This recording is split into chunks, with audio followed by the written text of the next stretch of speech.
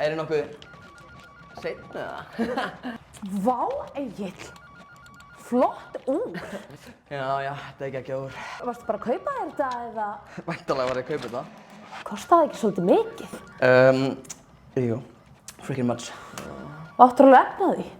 Nei, en ég fekk borgað orlof. Þú veist, hvað er það bara eiginlega? Og ég bara splæsti þetta. Easy money. Já, og hvað þarf þú eiginlega að gera þegar þú ferð frí? Hvað meinar þið? Ef þú notar allt orlofið þitt núna þá áttu engan pening eftir þegar þú ferð frí.